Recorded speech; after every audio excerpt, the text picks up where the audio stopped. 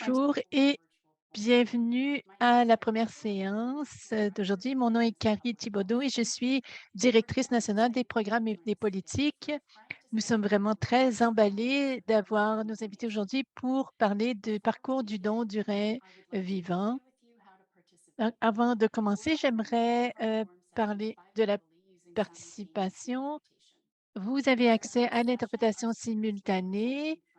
Durant cette séance, les présentateurs vont parler français. Pour entendre la présentation en anglais, vous devez cliquer sur le globe au bas de l'écran et choisir l'anglais. Nous vous demandons de poser vos questions en utilisant la fonction questions-réponses Q&A en bas de l'écran et nous allons essayer de répondre au plus grand nombre de questions possibles. Et vous avez aussi la possibilité de poser des questions à la fin en direct et vous pouvez envoyer vos autres questions à kidneyprogramme.ca. Et vous avez aussi en bas de l'écran un accès au clavardage. Veuillez ne pas utiliser le clavardage, mais utiliser la fonction questions-réponses. Cette séance n'est pas euh, conçu comme donnant de l'information médicale. Si vous avez des questions, vous pouvez poser, vous devez les poser à votre équipe. Gagnon a une formation initiale en travail social et exerce depuis 2021 au Centre hospitalier de l'Université de Montréal des fonctions de coordonnatrice provinciale du réseau de services sociaux pour le Programme québécois de dons vivants de rein. À ce titre, elle collabore avec les travailleuses sociales présentes dans les 5 centres de transplantation Québec à concevoir des outils cliniques de formation et de sensibilisation. Elle met au profit du réseau de santé et des services sociaux des formations sur le don vivant de rein. Elle a également la chance de pouvoir rencontrer des donneurs potentiels dans le but d'échanger sur le don de rein, d'évaluer leur fonctionnement social et de demeurer impliquée durant le processus ainsi qu'en post-don.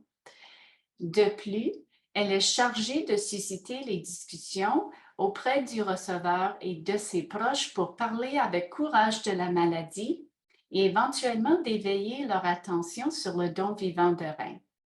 Elle se sent très privilégiée d'avoir accès à toutes ces histoires de vie, est passionnée par son mandat et a le désir d'améliorer les pratiques en faveur des donneurs et des receveurs. J'aimerais également vous présenter Marie-Ève Cronin. Elle est une professionnelle de la santé ayant œuvré en milieu hospitalier pendant plus de 15 ans. Nouvellement gestionnaire, elle occupe le poste de directrice générale de 2 résidences pour personnes âgées. Marie-Ève est maman de 5 enfants et proche aidante, et elle porte en soi ce désir d'aider son prochain depuis très longtemps. Elle a donné un rein à une inconnue en 2018. Marie-Ève se déclare bien fière de participer au programme de don vivant de rein afin de partager son vécu. Audrey, à vous la parole. Bonjour tout le monde. Parfait. Donc, en fait, en août 2018, il y a un programme qui a été mis en place au Québec et qui visait justement à augmenter le nombre de greffes de reins provenant d'un donneur vivant.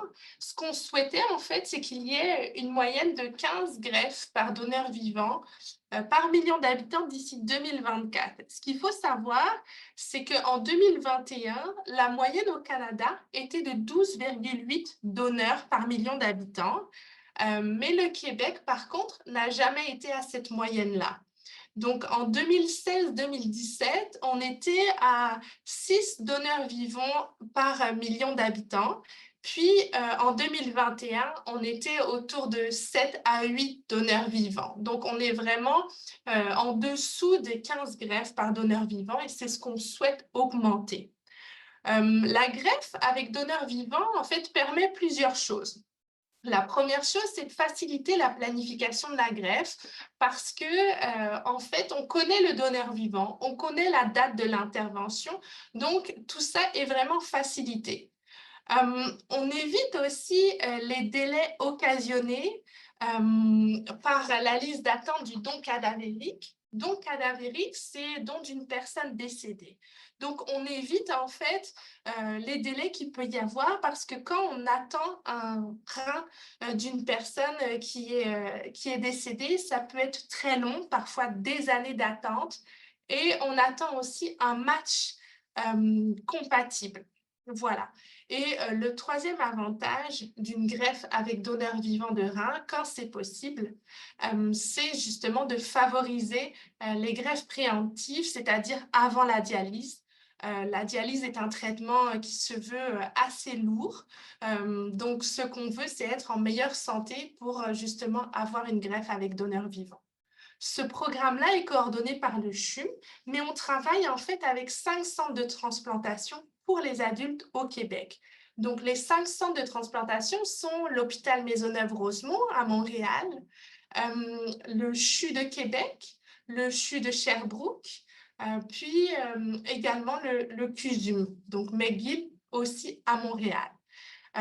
Pour justement réaliser ce programme, on a déterminé différentes stratégies basées sur des axes d'intervention, puisqu'on veut justement, c'est d'avoir une trajectoire qui soit plus claire, de développer des activités de promotion du don vivant de rein et de développer aussi des outils cliniques. Donc, on va pouvoir poursuivre. Donc là, je vais vous parler de notre rôle en tant que travailleuse sociale spécialisée en don vivant de rein. Ce qu'il faut savoir, c'est que je vais beaucoup parler du receveur potentiel et du donneur potentiel. Le receveur, en fait, c'est la personne qui pourrait être éligible à une greffe rénale. Et le donneur potentiel, c'est une personne qui accepterait de donner un rein. Donc, notre rôle, en fait, auprès du receveur potentiel, c'est de susciter les discussions auprès du receveur, puis de son réseau, pour éveiller leur attention sur la possibilité du don vivant de rein. On veut en fait que les personnes qui pourraient être éligibles à une greffe rénale puissent justement en parler avec leur équipe médicale. Suis-je éligible à une greffe rénale? On veut s'intéresser, questionner, on veut en parler parce que souvent on ne sait pas que ça existe et on ne sait pas sous quelle forme est-ce qu'on pourrait en bénéficier. Auprès du donneur potentiel, donc notre rôle, nous, en tant que travailleuse sociale, c'est justement de sensibiliser, de parler aussi du don vivant chez les personnes qui ont de l'intérêt, qui sont curieux et qui voudraient éventuellement être des donneurs vivants. Puis, ce qu'il faut savoir, c'est que notre mandat n'est pas de les inciter ou bien de les convaincre. On veut juste les accompagner dans cette réflexion-là. Puis, on veut aussi qu'ils prennent une décision dans laquelle ils sont confortables. C'est pour ça que c'est important qu'ils soient bien renseignés. Puis, une fois qu'ils sont intéressés à devenir donneurs de reins, on va les soutenir pendant tout le processus. Et la première étape, justement, c'est de pouvoir procéder à leur évaluation du fonctionnement social et de s'assurer que la décision, elle est libre et éclairée, qu'ils ne ressentent aucune pression de qui que ce soit pour pouvoir donner un rein, et puis justement qu'ils ont reçu toutes les informations dont ils avaient besoin. Puis on va les accompagner pendant tout le processus et même une fois que le don a été réalisé pour s'assurer qu'il n'y a pas d'événements ou d'éléments qui pourraient venir perturber en fait leur fonctionnement social. Puis, auprès des professionnels, ce qu'on veut, en fait, c'est de développer les connaissances et les compétences en justement parlant du don vivant de rein. En fait, on s'aperçoit que on dit souvent parler du don vivant de rein, c'est l'affaire de tous. Mais en réalité, c'est pas toujours simple de parler du don vivant de rein.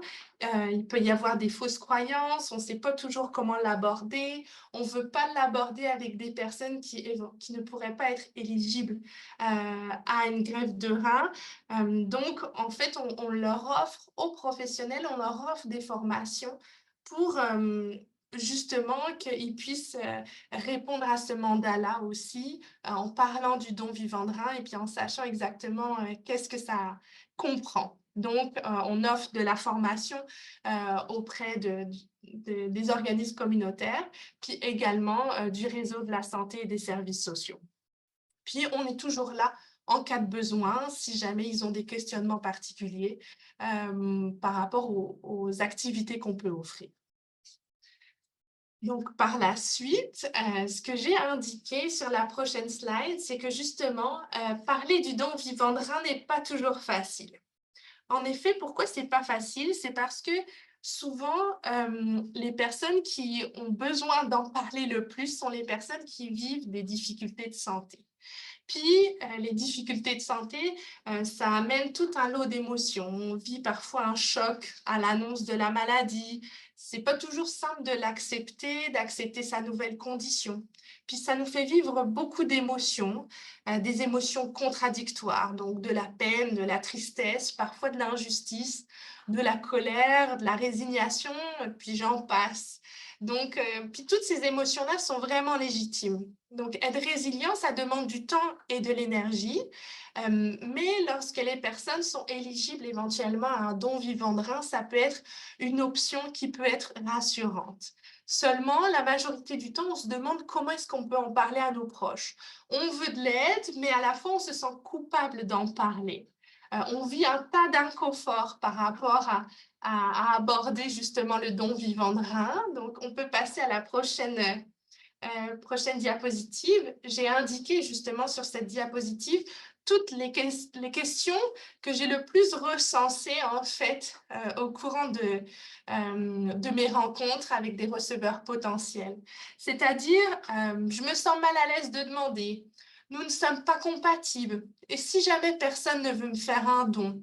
Je m'inquiète pour la santé, l'impact au quotidien pour le donneur. Je ne voudrais pas que le don change ma relation avec la personne. Je me sentirais trop redevable. Je n'ai personne à qui parler, à qui en parler. Ou encore, c'est contre mes valeurs, mes croyances. Ou enfin, mon donneur vit à l'extérieur du Québec ou du Canada. Donc, c'est la majorité des inconforts qui reviennent le plus souvent que je vous ai notés ici. Donc, en effet, on veut que la situation s'améliore, mais on a parfois des résistances, on est rempli d'interrogations, puis c'est pour ça qu'on est là, en fait, pour vous accompagner. Donc, on peut se poser des questions comme celle-ci, mais ce qu'on s'est aperçu, c'est que parfois, on manque de connaissances. Quand on se dit, par exemple, qu'on n'est pas compatible avec le donneur, est-ce que les tests ont été faits? Est-ce que vous savez qu'il y a 3 sortes de dons possibles, des dons dirigés, non dirigés ou des dons croisés? Quand vous vous dites que vous n'avez personne à qui demander, est-ce que vous avez exploré tout votre réseau familial, le réseau d'amis, le réseau de travail, de loisirs? Est-ce que vous avez exploré les différentes options de demande? Puis savez-vous que vous pourriez opter justement pour le don croisé? On peut se dire aussi que, par exemple, le donneur va manquer d'argent lorsqu'il va être en arrêt de travail suite au don. Mais est-ce que vous savez qu'il existe un programme de remboursement des dépenses pour le donneur vivant? Parfois, on a peur aussi des risques pour le donneur. On ne veut pas mettre sa santé en péril ou on se sent coupable de mettre l'autre en danger. Mais est-ce que vous savez qu'il y a une équipe médicale qui fait une évaluation exhaustive du patient afin de s'assurer justement de minimiser les risques et que les risques sont très faibles, bien que réels et importants? Donc, c'est ça, on peut avoir plein de questions. La dernière, vous voyez, mon donneur vit à l'extérieur du Québec ou du Canada. On peut se dire, bon, mes proches habitent trop loin, c'est pas possible. Mais vous savez, c'est possible. Il peut certes y avoir un défi qui rallonge le processus. Les visas peuvent être difficiles à obtenir et puis peuvent prendre du temps. Mais c'est possible, hein. On demande à ce que ces donneurs contactent justement les équipes de dons, même si on vous incite justement à continuer à chercher parce qu'on sait qu'il est plus facile de dépister quelqu'un au Canada et plus rapide. Parfois, ce que les personnes qui sont éligibles à une grève rénale peuvent se dire, c'est que vous avez peur que ça soit mal interprété comme une demande de donation. Puis parfois, de façon non intentionnelle, qu'on mette justement la pression sur le donneur. Ce qu'on travaille, nous, avec les patients, c'est qu'on veut justement changer l'idée selon laquelle le receveur doit demander. Ce qu'on veut, en fait, c'est que le receveur informe. Puis souvent, lorsque l'entourage est informé de la condition médicale du patient, des traitements possibles, des délais qu'il peut y avoir, ça nous arrive très régulièrement d'avoir des volontaires, des gens qui lèvent leurs mains pour pouvoir éventuellement donner un rein. Ce qu'on peut, c'est sûr, redouter un refus, une absence de réponse ou bien une réponse contrainte, mais dites-vous que si jamais vous levez ces barrières-là justement pour en parler, pour parler de la condition médicale, pour démystifier un peu tout ce qui se passe autour du don vivant de rein, eh ben, ça peut parfois éviter les délais d'attente, comme j'en parlais au début, pour l'obtention d'un rein cadavérique ou encore entraîner justement des traitements de dialyse prolongée avec les inconforts que vous connaissez. Donc, en effet, on le voit sur cette diapositive-là que ce qu'on veut, en fait, c'est changer son discours. Au lieu de justement se dire qu'il faut demander à quelqu'un un don vivant de rein, ce n'est pas rien, eh ben, on veut informer l'entourage de la condition médicale et des traitements possibles. C'est vrai que quand on se dit il faut qu'on demande, les gens ils sont fermés à l'idée de parler du don vivant dans leur réseau social. On a peur d'avoir un refus, on a peur pour la santé du donneur, on a peur de se sentir redevable par rapport à l'autre, ou bien que tout ce processus-là ait un impact dans la relation avec le donneur. Donc, ce sont des craintes qui sont totalement légitimes et c'est pour ça qu'on se dit qu'il faut justement changer l'optique que la personne doit demander, mais plutôt qu'elle veut informer son entourage de sa condition médicale et des traitements possibles. Puis, ça peut se faire par différents moyens. Vous allez le voir avec Marie-Ève. Ça peut être vraiment, c'est pas forcément de façon de visu, ça peut être par une lettre, ça peut être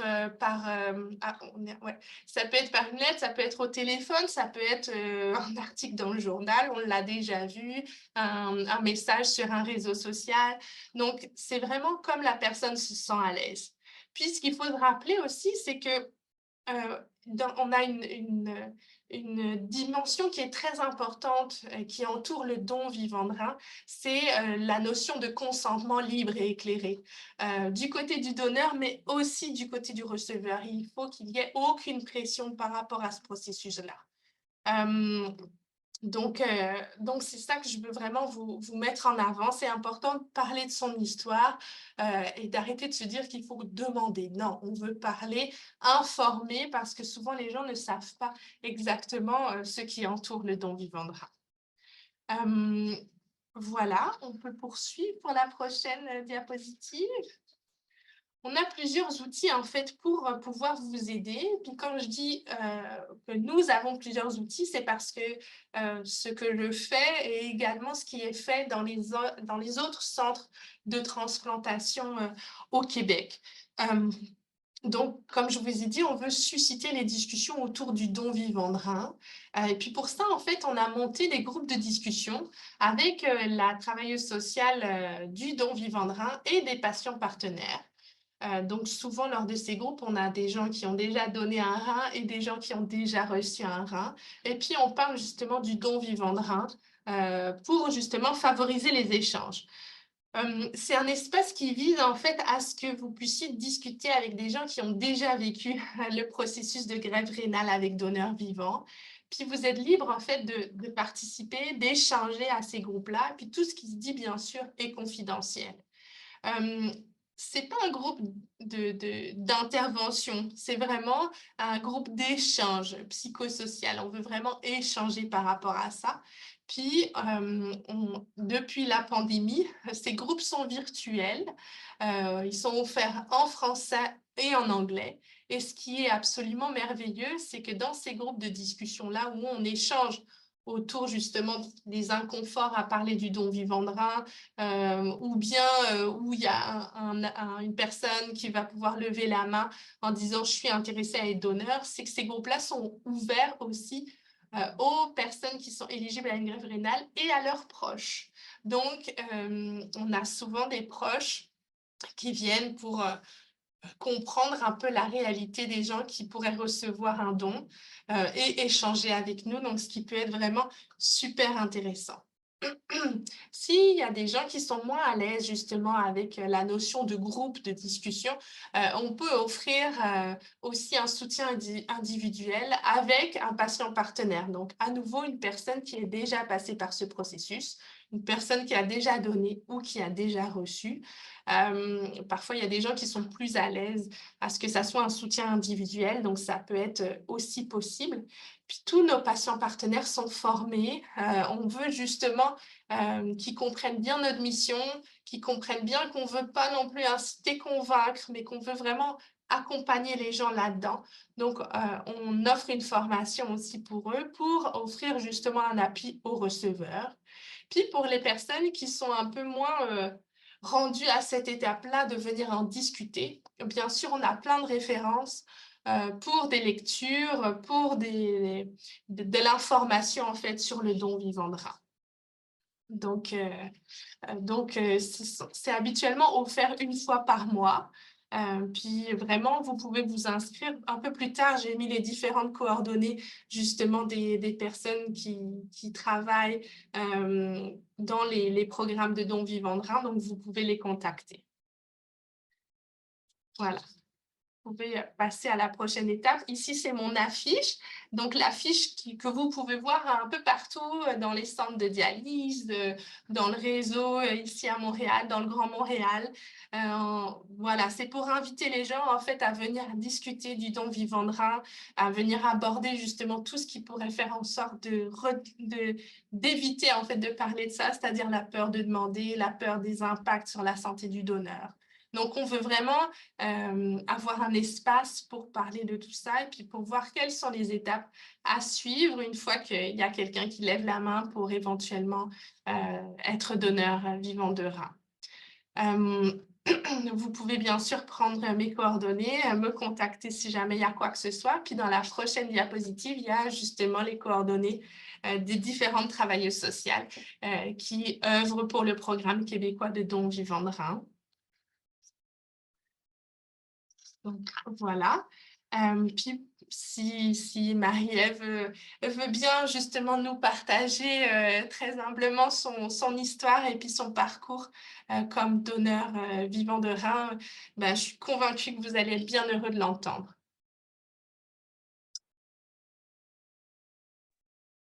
Merci bien, Audrey. C'était vraiment intéressant de voir à quel point il y a de l'évolution depuis justement là, 4, 5, 6 ans. Là, on voit vraiment là, que la société se démène beaucoup pour aider les gens qui sont en attente là, ou qui aimeraient recevoir là, une fameuse greffe. Alors, merci à tous d'être là. Merci à la Fondation de me permettre de parler de mon expérience. Je suis vraiment emballée. Je suis vraiment emballée par ce que j'entends, parce qu'il y a de l'espoir. On est à l'ère où on incite les gens à parler, à échanger, à parler de ce qu'ils vivent, de leurs défis à travers la maladie. Et je suis heureuse de savoir qu'il y a des gens qui sont là pour écouter, qui sont présents au rendez-vous pour les soutenir, les supporter. Donc, c'est vraiment bien.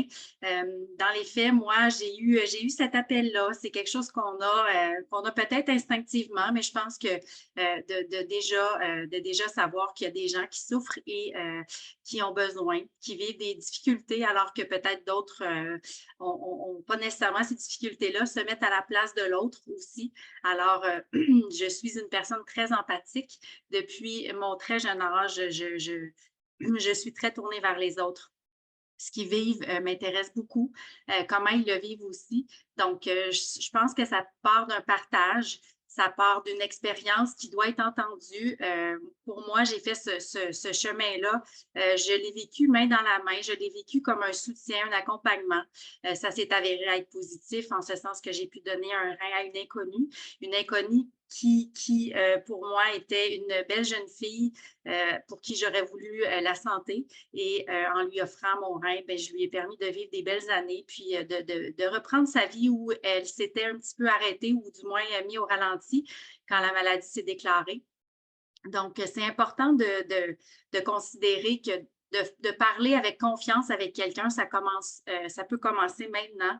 Il y a des gens qui sont là pour vous écouter, vous entendre. Et quand Audrey mentionnait que ce n'est pas de demander, mais d'en parler ouvertement, je pense que ça commence là, hein, sans jugement, sans tabou. De faire confiance aussi, de faire confiance qu'il y a des gens qui sont là, puis qui sont là pour nous entendre, puis proches, loin, inconnus. Ces gens-là sont certainement là pour vous faire avancer, puis peut-être vous tenir main dans la main pour partir à cette aventure-là finalement. Donc, moi, la receveuse, la personne à qui j'ai donné un rein a fait les manchettes à un moment donné, un reportage. Elle parlait de sa santé qui était affectée par un trouble rénal. Puis, ça m'a inspirée. J'ai tout de suite eu envie de la rencontrer, envie de lui dire que j'étais là et que j'étais intéressée de faire ce don-là pour elle. Comme je vous dis, c'est un appel. C'est vraiment quelque chose qu'on entend intérieurement, là, je peux pas expliquer ce qui s'est passé, mais j'étais déjà très, très sollicitée ou à l'affût, étant dans le domaine de la santé. Les gens qui vivent avec des problèmes rénaux, ça me touche énormément, le chemin à travers lequel ils parcourent quotidiennement. C'est ça. Donc, j'ai débuté le processus, puis encore là, au fil du temps, on était en contact. On n'était pas vraiment proches l'une et l'autre. C'est une fille, une femme. Donc, on n'était pas proches, mais je devais lui dire que j'étais encore là pour elle à travers le long processus qui a duré à peu près 10 mois dans notre cas, avant le fameux jour J où je lui ai offert un rein. Donc, c'est important que je lui dise que j'étais toujours là, toujours de la partie, puis que j'allais tout faire pour passer avec elle là, ce processus-là. Tout ce que Audrey mentionne, les craintes, les peurs, je sais que c'est la plupart des gens le vivent. Je l'ai entendu de sa bouche à elle. Mais qu'est-ce qui va arriver? Tes enfants? Oui, j'ai 5 enfants. Par alliance, mon conjoint en avait 2. Moi, j'en avais une avant d'être avec lui, puis on en a 2 petits. Ma fille, ma petite dernière, elle avait un an et demi, pardon, quand j'ai fait mon don. Donc, je pense que c'est une histoire de confiance, puis de se dire que si nous, on fait ça, ben peut-être que si moi, un jour, j'ai des enfants malades ou que moi-même, je deviens malade, il y aura certainement d'autres personnes qui seront là pour m'accompagner à mon tour. Donc, c'est vraiment sur une base de confiance. Il faut imaginer ou il faut essayer de briser les barrières, comme Audrey le mentionnait. La peur nous cristallise, elle est là.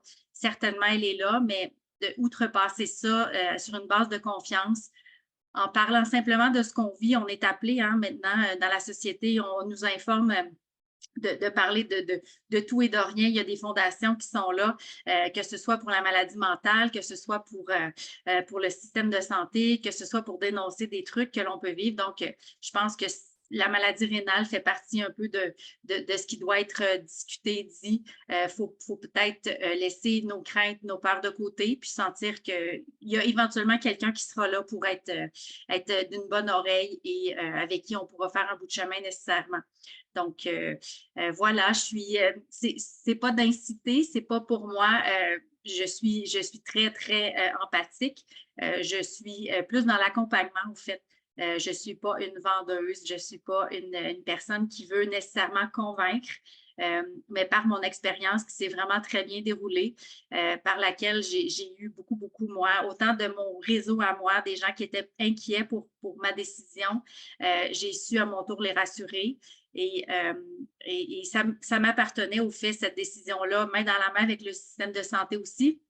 Encore là, comme Audrey le mentionnait, on a beaucoup, beaucoup d'évaluations médicales. Puis je fais confiance encore là, si on m'avait dit finalement, tu n'es pas en santé, assez ou suffisamment en santé pour telle et telle condition, bien, j'aurais fait confiance que c'était peut-être pas pour moi la destinée en ce sens, mais j'ai fait confiance, puis ça s'est avéré être positif.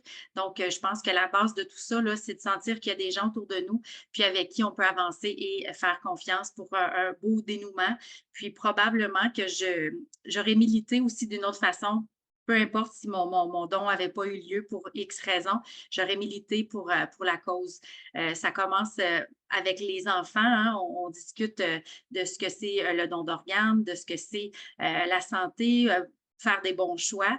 Donc, pour moi, c'était une continuité là, de faire des bons choix, puis de demeurer en santé, mais d'appuyer certainement les belles causes là, comme la Fondation du Rhin. Alors, je suis bien heureuse d'avoir cette chance-là de vous prouver que à peine, ben, va faire 6 ans au printemps. Donc, je suis toujours en santé. Je suis une femme très active, très occupée. Et on le dit, on le mentionne dans le cadre du processus. Souvent, les gens sont pas nécessairement en meilleure santé, mais un petit peu plus conscients de leurs choix. Moi, je fais des meilleurs choix, peut-être que j'aurais fait si j'avais eu mes 2 reins, parce que c'est comme si je me dis que j'ai des réserves, je dois les utiliser de façon consciente, efficiente pour ne pas être pénalisée. Donc, probablement que je suis en meilleure santé aujourd'hui parce que j'ai fait des meilleurs choix et je suis fière de pouvoir être là pour vous en parler. Et je vais accueillir vos questions si jamais il y a. Je sais qu'on est plusieurs ici participants. J'espère que mon français a été bien traduit en langue anglophone. Alors, sachez que je suis très fière d'être là, puis j'ai bien confiance encore là que vous puissiez parler ouvertement de ce que vous vivez et qu'il y a quelqu'un qui répondra à votre appel, ne serait-ce que par l'écoute pour que ça commence de la bonne façon. Merci beaucoup, Marie-Ève. Donc, si jamais vous avez des questions, on est très ouverte à pouvoir les entendre. Oui, Audrey et Marie-Ève, merci pour votre belle présentation. Il y a une question pour le moment qui est comment savoir si l'on est candidat à un don de rein par pair et s'agit-il d'une démarche qu'un patient doit entreprendre pour y participer? Donc, en fait, je pense que quand vous parlez d'un don de rein, parce qu'il y a 3 sortes de dons, j'en parlais brièvement dans ma présentation, des dons directs, non directs et dons croisés. En fait, tout va dépendre de la compatibilité. Ce qu'il faut savoir, c'est que, il y a un long processus pour évaluer le donneur vivant. Donc, dans le cas de Marie-Ève, ça avait duré 10 mois. Parfois, c'est plus court, parfois, c'est plus long, ça dépend. Euh, Puis, en fait, l'équipe médicale va regarder justement si la personne qui souhaite donner un rein est compatible avec la personne qui doit recevoir un rein. Si jamais ils sont compatibles, c'est parfait. Donc, ça fait une paire directement. Mais si jamais ils n'étaient pas compatibles, on a la chance au Canada d'avoir le programme de dons croisés. Donc, ce qui permet justement à ce que, en fait, on crée un système de pairage en fonction des compatibilités. Donc, au lieu que, par exemple, A donne à B, ben, ça se peut que A donne à C, puis que B reçoive de D, Simon, en tout cas, qu'il y ait un système de croisement, puis parfois ça fait des chaînes un peu plus longues. Puis on a aussi la chance d'avoir des donneurs qui, en fait, décident de donner un rein de façon altruiste, qui n'ont personne, qui ne connaissent personne, qui ont justement un problème rénal et qui décident justement de pouvoir donner un rein. Donc ça peut créer justement une chaîne dans ce contexte-là. Donc, c'est vraiment une évaluation qui va être faite sur plusieurs mois. On va vraiment regarder de façon très exhaustive, en fait, toute la situation du patient, et puis voir à ce moment-là comment est-ce que c'est possible. Donc, c'est une décision qui est prise avec les équipes médicales et puis justement le programme canadien de rein. Donc, j'espère que ça répond aux questions, mais c'est pour ça que parfois on a certaines personnes qui se disent ben c'est pas possible parce qu'on n'est pas compatible. Donc, je peux pas donner un rein à mon proche parce qu'on n'est pas compatible, mais il y a d'autres façons. Il y a beaucoup de méconnaissances autour du don vivant de rein. C'est pour ça que souvent, quand on a une personne qui est un peu curieuse, qui veut savoir un peu ce qu'il en est, eh ben, on leur dit venez nous parler, venez nous voir, discutez avec nous, renseignez-vous. Parce que vous voyez, le programme québécois, il est assez récent, 2018. Et puis le Québec est un peu en retard comparé aux autres provinces. Donc on a beaucoup de travail à faire, beaucoup de sensibilisation. Puis les gens ne savent pas toujours ce qui entoure le don vivant de rein. Donc c'est pour ça qu'on est vraiment très ouvert à pouvoir en discuter et puis à vous faire un peu connaître ce qu'il en est là autour du don. Merci pour votre réponse éclairante, Audrey. Là, pour le moment, laissez-moi voir d'autres questions. Ah oui, les questions arrivent. Puis ce que je peux aussi dire, c'est que vous voyez, aujourd'hui, pour cette présentation, quand on m'a offert de la faire, eh ben, c'est sûr qu'il venait de soi qu'on allait la réaliser avec un patient partenaire. Aujourd'hui, Marie-Ève, ça aurait pu être d'autres personnes qui sont passées par ce processus-là, parce que souvent, les gens qui ont donné un rein veulent justement sensibiliser les prochains par rapport à ce processus-là et que aussi, en fait, moi, je ne vois pas mon travail sans les patients partenaires parce que lorsque un professionnel va dire justement à un futur donneur, bon, ben voici ce qu'il en est, la portée est différente que si c'est quelqu'un qui est déjà passé par le processus, puis va venir justement sensibiliser et puis expliquer de façon très honnête, hein, parce que les patients partenaires sont pas là pour dire que tout était beau, mais ils sont là aussi pour dire, bon, justement, la vérité, comment ça s'est passé. Donc, la portée n'est pas la même. C'est pour ça que je suis convaincue que lors de ce forum virtuel, vous allez entendre d'autres patients partenaires, mais c'est vraiment important. Puis souvent, ça n'a pas justement la même portée. Donc, ils sont très, très précieux pour nous. Très bien. J'ai une autre question. Alors, combien de donneurs peuvent-ils en fait se présenter à un receveur éventuel? Est-ce qu'il y a une limite? Ben, en fait, il n'y a pas vraiment de limite. C'est sûr ça nous est déjà arrivé d'évaluer comme plusieurs donneurs potentiels pour un receveur. Mais souvent, ce que l'équipe va regarder en premier, l'équipe médicale, c'est quel est le donneur qui s'est présenté qui pourrait être compatible directement avec le receveur. On va voir, en fait, dépendamment de la situation médicale, la situation psychosociale, quel est le donneur qui pourrait, en fait, aller le plus loin dans le processus. Mais ça nous est déjà arrivé d'évaluer 2 à 3 personnes, 2 à 3 donneurs potentiels pour un receveur quasi en même temps. Donc, pour le CHUM, en tout cas, il n'y a pas de souci. Au contraire, on veut que les donneurs potentiels lèvent la main et contactent les centres de transplantation pour justement dire qu'ils ont de l'intérêt. Puis, c'est pour ça aussi qu'on invite les proches lors des groupes de discussion que j'ai pu décrire un peu plus tôt aussi, pour venir aussi en discuter avec nous. Mais contacter le centre de transplantation directement, c'est aussi une bonne alternative parce que là, ils ont toute l'information médicale, sociale et sur le processus à venir. Peut-être que Marie-Ève, toi, c'était de cette façon-là que tu as pu démarrer le processus en contactant le centre? Oui, c'est ça. J'ai communiqué. Moi, je suis de la région de l'Estrie, donc au Québec, à Sherbrooke. J'ai communiqué le centre de néphrologie là, à l'hôpital de Sherbrooke. Puis rapidement, là, on a commencé le processus là, par des examens. Puis tout au long là, des 10 mois, là, j'ai passé plusieurs examens. Donc, on nous dit, là, on passe le scan complet de votre corps jusqu'à la consultation avec un psychiatre pour le consentement libre et éclairé, justement. Donc, c'est pas juste le corps physique, mais c'est le corps aussi de l'esprit. Puis, donc, c'est au peigne fin. Alors, quand on annonce finalement, là, on m'a annoncé que j'étais vraiment une bonne donneuse et que tout était en ordre pour procéder. Bien, j'avais confiance que tout ce qui avait été fait allait me permettre de conserver ma santé. Alors, les enjeux, bien qu'ils étaient toujours présents, j'étais quand même rassurée de savoir que tout avait été fait. Puis, ça a bien été fait puisque je suis encore en bonne santé, comme je le mentionnais tout à l'heure, mais il y a beaucoup, beaucoup de choses. Puis, souvent, hein, quand on veut donner, ben, c'est parce que notre choix est fait, mais il faut rassurer les gens de notre entourage. Puis, c'est quand même assez long. Hein, quand on a pris une décision, on veut que ça se fasse maintenant. Comme quand on veut un enfant, on veut l'avoir déjà dans nos bras.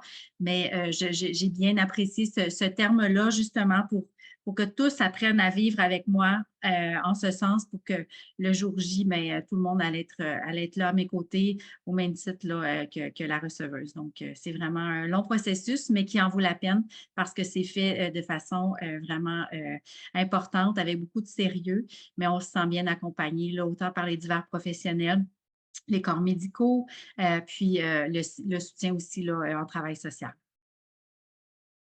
Merci beaucoup. Alors, une autre question.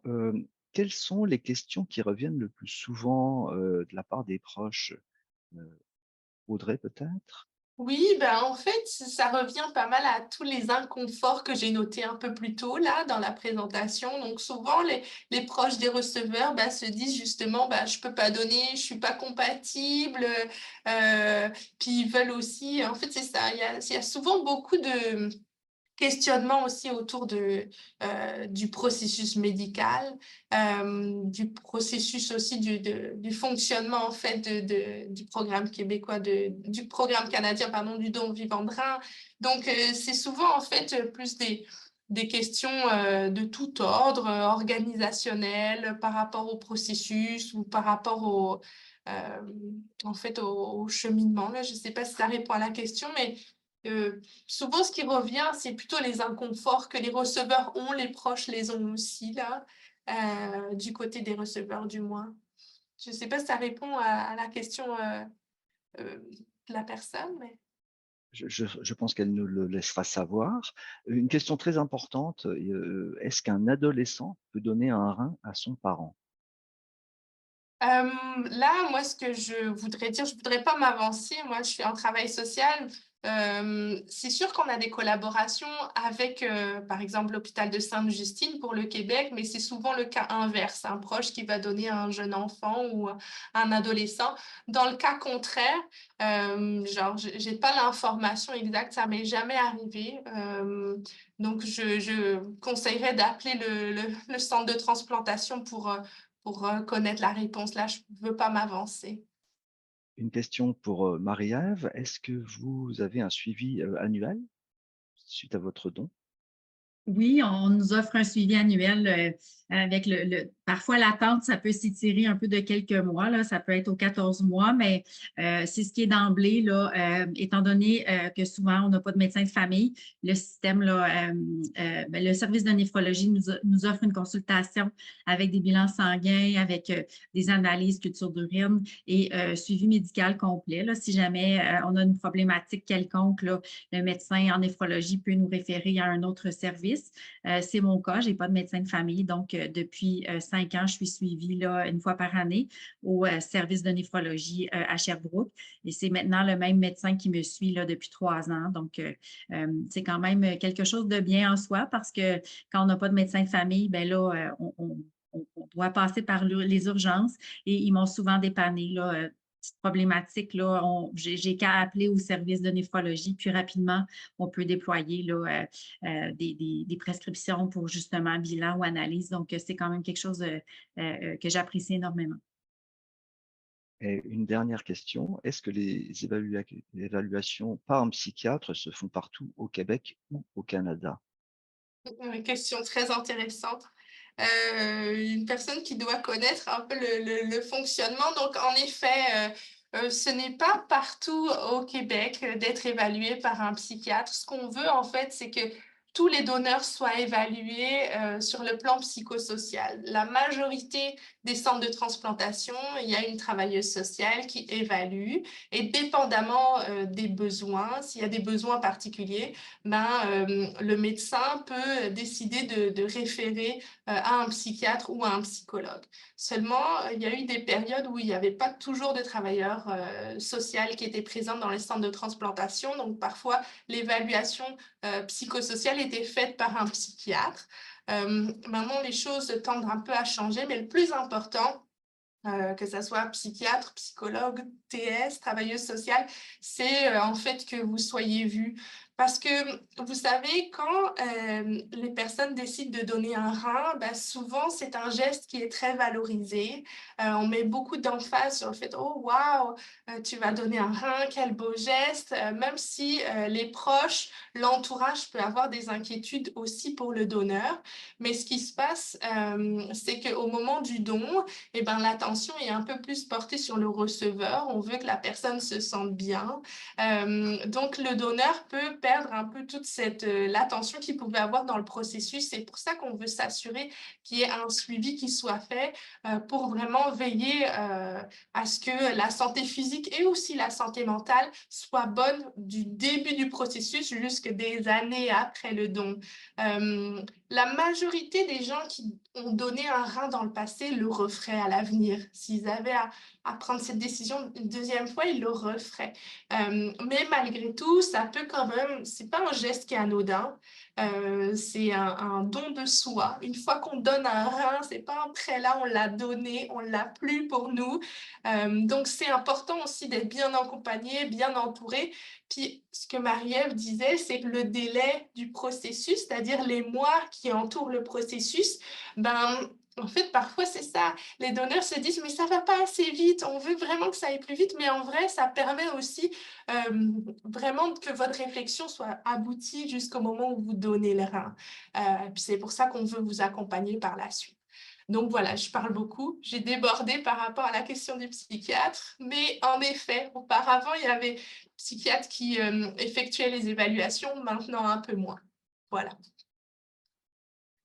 Comme je vous disais, je parle beaucoup. Mais peut-être mes coordonnées dans le chat, advenant le cas où finalement quelqu'un aurait d'autres questions qui pourraient subvenir par la suite. Vraiment, sentez-vous bien à l'aise de pouvoir me les poser directement. Ça pourrait peut-être être une option.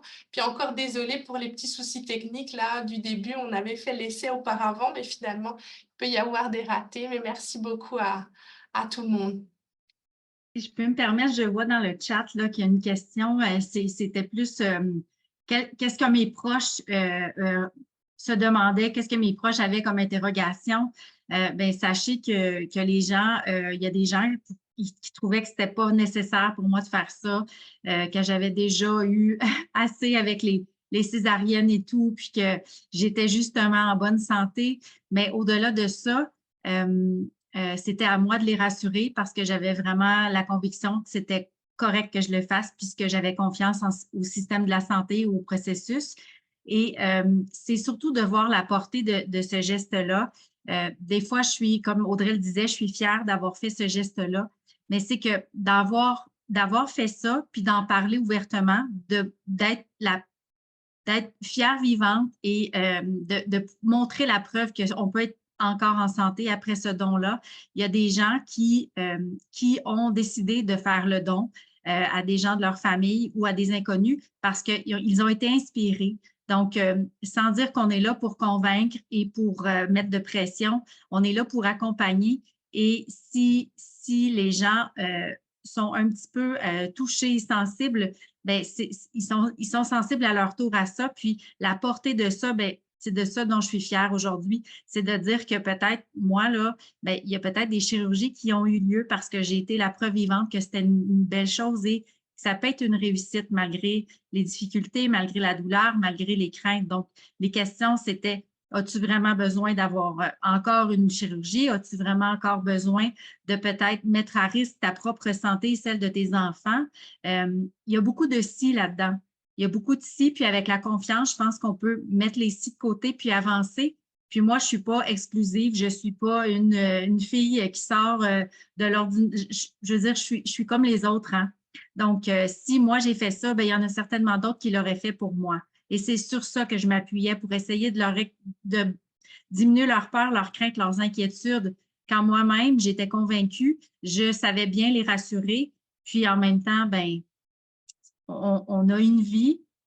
Puis si on peut en faire profiter, puis multiplier avec des bons gestes qui commencent par simplement signer une carte, puis de juste avoir confiance, ben c'était ça, là, mon petit branding ou mon mot de réassurance. Alors, les gens, ils ont beaucoup d'inquiétudes.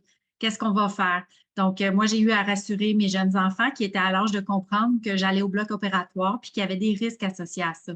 Mais à travers les vrais mots, à travers la vraie communication, quand c'est sincère et sans jugement, je pense qu'on peut réussir à rassurer les gens qui nous entourent, mais c'était principalement des questions liées à des inquiétudes de pourquoi tu mets ta santé peut-être en péril ou en jeu pour sauver celle de quelqu'un d'autre, mais il m'appartenait de les rassurer, puis c'est ce que j'ai fait au meilleur de mes connaissances à cette époque-là.